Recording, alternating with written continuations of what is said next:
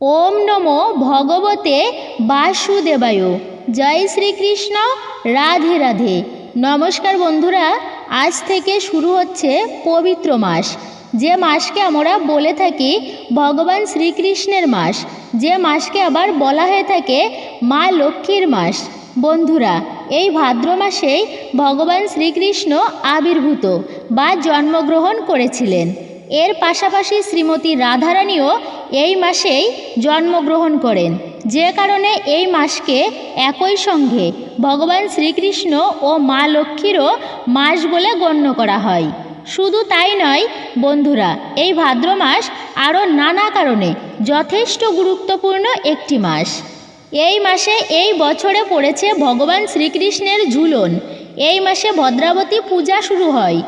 আর এই মাসে একটি অন্যতম গুরুত্বপূর্ণ দিন হলো ভাদ্র পূর্ণিমা বা রাখি পূর্ণিমা। এই দিনে শ্রীকৃষ্ণের ঝুলন পূর্ণিমার সমাপন এবং মৌনী অমাবস্যা বা কৌশিকী অমাবস্যা। সর্বোপরি এই মাসের গুরুত্বপূর্ণ দিন হিসাবে গণ্য করা হয় অজা একাদশী এবং ভাদ্র পূর্ণিমার দিনটিকে। তাই এমন নানা দিক থেকে এই ভাদ্র মাস যথেষ্ট গুরুত্বপূর্ণ। সেই কারণে বলা হয়ে থাকে এই পবিত্র ভাদ্র মাস আধ্যাত্মিক সাধনার জন্য একটি অন্যতম উপযুক্ত মাস। হিন্দু শাস্ত্র অনুযায়ী এই মাসে বিশেষ কিছু কাজ করলে যেমন গৃহে সৌভাগ্য নিয়ে আসে, ঠিক তেমনি এই ভাদ্র মাসকে যেহেতু শূন্য মাস বলা হয়ে থাকে, সেই কারণে এমন কিছু কাজ বা বিষয় রয়েছে যেগুলিকে এড়িয়ে যাওয়া প্রয়োজন। ঠিক এর পাশাপাশি এই মাসে খাবার খাওয়ারও একটি বিশেষ নিয়ম রয়েছে। এমন কিছু খাদ্য রয়েছে যা এই মাসে গ্রহণ করলে দেহ ও মন পবিত্র ও নীরব থাকে। এরই পাশাপাশি এমন কিছু খাদ্য রয়েছে যা এড়িয়ে গেলে শরীর এবং স্বাস্থ্যের পক্ষে অতি মঙ্গলময়। এই পবিত্র ভাদ্র মাসে কোন কোন কাজগুলি করণীয়, কি কি খাওয়া প্রয়োজন এবং কোন কোন কাজগুলি কখনো করা উচিত নয় এবং কোন খাদ্য গ্রহণ করা একেবারেই উচিত নয়, এই সমস্ত কিছু বিষয় নিয়ে এই ভিডিওতে বিস্তারিত আপনাদের সামনে আলোচনা করব। আশা করি এই ভিডিওটি দেখে আপনি সমৃদ্ধ হবেন। তাই ভিডিওটি সম্পূর্ণ মনোযোগ সহকারে দেখুন এবং সম্পূর্ণ দেখার পর যদি এই বিষয় সংক্রান্ত কোনোরূপ কোনো প্রশ্ন থাকে বা মতামত থাকে, কমেন্ট বক্সে অবশ্যই জানাবেন। এবং ভিডিও থেকে যদি সমৃদ্ধ বা উপকৃত হলে ভিডিওতে একটি লাইক অবশ্যই করবেন, পারলে আপনজনদের উদ্দেশ্যে শেয়ার করবেন।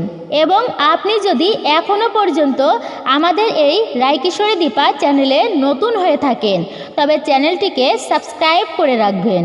পরবর্তী ভিডিওগুলো পেতে পাশে থাকা নোটিফিকেশন বেল আইকনটি প্রেস করে রাখবেন। বন্ধুরা, হিন্দু পবিত্র ক্যালেন্ডার অনুযায়ী 4টি মাসের মধ্যে ভাদ্র মাস অন্যতম। বাংলা পঞ্জিকা অনুযায়ী এটি বছরের পঞ্চম মাস।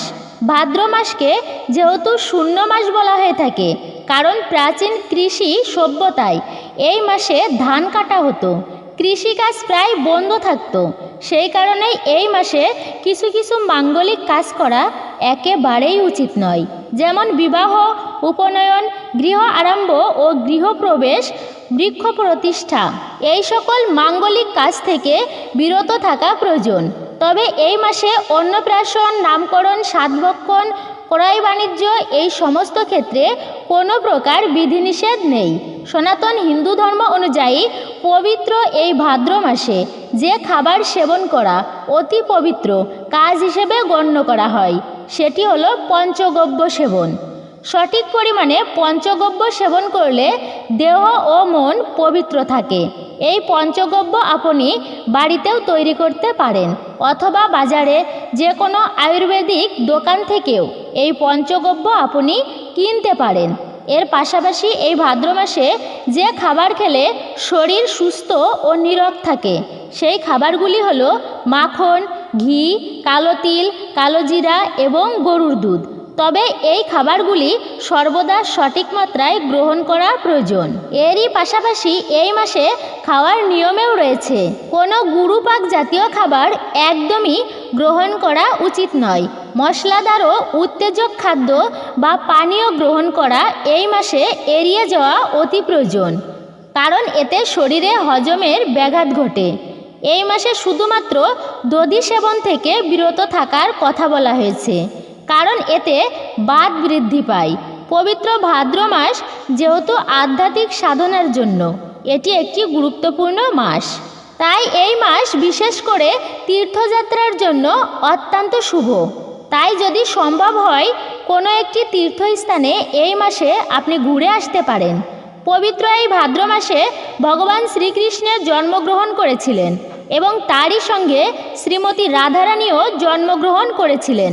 এই কারণে এই ভাদ্র মাসে কেউ যদি জন্মাষ্টমী এবং শ্রী রাধা অষ্টমী এই দুটি ব্রত পালন করতে পারেন, সেটি গৃহের পক্ষে অত্যন্ত শুভ। এবং এরই সঙ্গে এই মাসের একটি অন্যতম গুরুত্বপূর্ণ দিন হলো অমাবস্যার দিন, যাকে কৌশিকী অমাবস্যা বলা হয়। এই অমাবস্যাতে মা কালীর পূজা করলে ভক্তের সকল মনোবাঞ্ছা পূরণ হয়। এই মাসের সবথেকে পবিত্রতম দিন হিসেবে গণ্য করা হয় এই মাসের একাদশী, অর্থাৎ অজা একাদশীর দিনটি। এই দিন ভগবান শ্রীবিষ্ণুর উপবাস করা অত্যন্ত শুভ, তবে এই দিন অন্ন গ্রহণ করা নিষিদ্ধ। ভাদ্র মাসকে যেহেতু মা লক্ষ্মীর মাস বলা হয়ে থাকে, তাই এই মাসে প্রত্যেক বৃহস্পতিবার দিন লক্ষ্মী পূজা করলে মা লক্ষ্মী অত্যন্ত প্রসন্না হন। এবং লক্ষ্মী পূজার পাশাপাশি এই মাসের প্রত্যেক বৃহস্পতিবার দিন যদি বাড়ির ঈশান কোণে অর্থাৎ উত্তর পূর্ব কোণে একটি ঘিয়ের প্রদীপ জ্বালিয়ে রাখতে পারেন, সেটি গৃহের ক্ষেত্রে শুভ বার্তা নিয়ে আসে। সম্ভব হলে প্রত্যেক দিন সন্ধ্যাবেলায় একটি ঘিয়ের প্রদীপ দেওয়ার চেষ্টা করবেন, আর তা না হলে অন্তত বৃহস্পতিবার দিন সন্ধ্যা আরতির সময় অবশ্যই একটি ঘিয়ের প্রদীপ দেওয়ার চেষ্টা করবেন বা এই বিষয়টি করার চেষ্টা করবেন।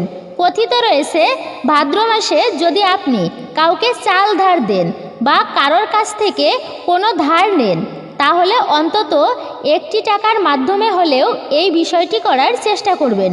সম্পূর্ণ বাকি ধার এই মাসে একেবারেই উচিত নয়।